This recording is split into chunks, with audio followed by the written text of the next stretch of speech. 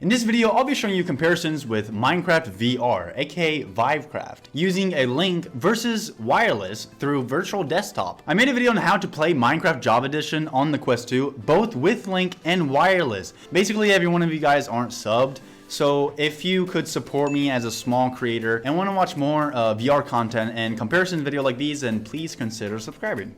This gameplay footage is a recording of Minecraft VR Vivecraft with link, and it was recorded with the PC. So performance wouldn't be at its peak because obviously I'm using some like PC power, if you know what I mean, to also record the video other than playing it.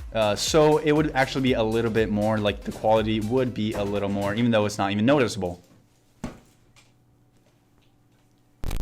Now actually I'm not using the official Oculus link cable. I'll be talking more about that later. This is the advantages. With link, it's a little easier. You can connect it to your Quest 2, you know, go over to the Oculus link software, whatever that opens up the Rift store and whatever. Start Steam VR and then Minecraft. I'll show you guys how to do that, like I said in the video. And also, like with the link, you're guaranteed a good connection to your computer, and whatever lag you will get, it's because of your computer's fault. It's basically your computer's fault and nothing to do with the Quest itself or anything like that. Whereas when you're using it wirelessly, you do have to rely on your Wi-Fi connection. The Wi-Fi connection, obviously, that is between your PC and your Wi-Fi router or whatever, and then the router to Wi-Fi.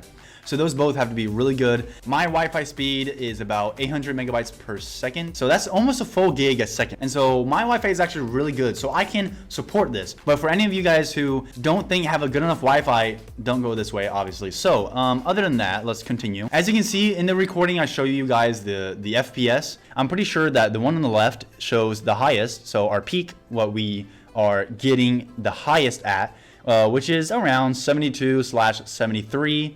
And the lowest ones, the lowest drops, I mean, it's typically at about 60, as you can see, is 40, but sometimes it kind of dips down to 20, which is strange because as I was playing, I didn't really notice that much frame drop. Like, I didn't really notice at all, unless like every once in a while I will switch my sword and then maybe try to do something, and then it would freeze up just for a split second, or you know, just a loading time, you know, that kind of stuff that you get in regularly in video games. And so yeah, obviously you're gonna have a frame drop there. But I didn't really notice that, so I don't know exactly what that means. But you get really good results anyway. It works just like a regular game, if you know what I mean. You know, with a standard 72 FPS. And by the way, this is a recording of the wireless, and it is basically the same thing. The highest was about, what is that, 72, 73, and then the lows go, you know, between 20 and 30, and then up to 70. It's kind of strange. It fluctuates a lot. You can tweak some settings to have these FPS go up and down. Obviously, the lower settings, the more FPS, and vice versa. So yeah, the differences in quality between using a link cable or using it wirelessly through virtual desktop is pretty much non-existent, other than the fact that your Wi-Fi has to be good. If your Wi-Fi is good, then you're gonna have the same results. But the good thing, obviously, with wireless is exactly that. You are wireless. Being wireless in VR is, it feels great. It's a whole different feeling, and it's what it's meant to be, I think.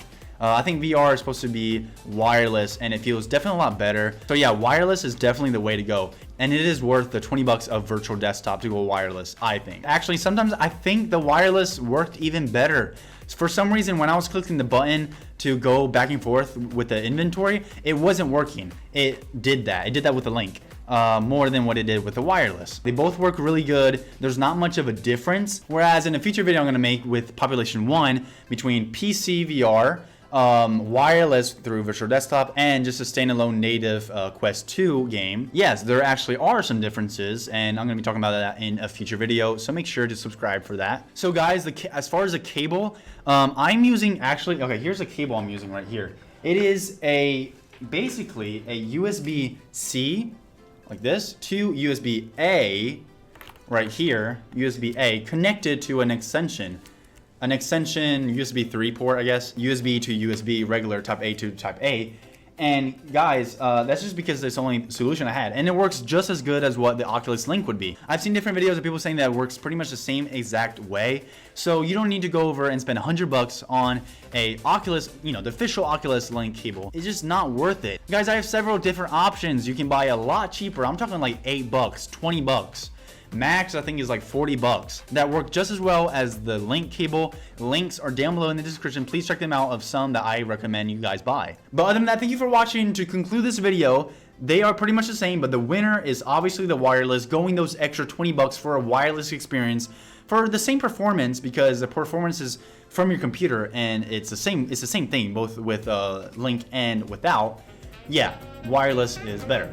If you guys disagree with me, make sure to write that down in the comments. I would love to hear what you think. Like this video and subscribe to my channel, Diamond.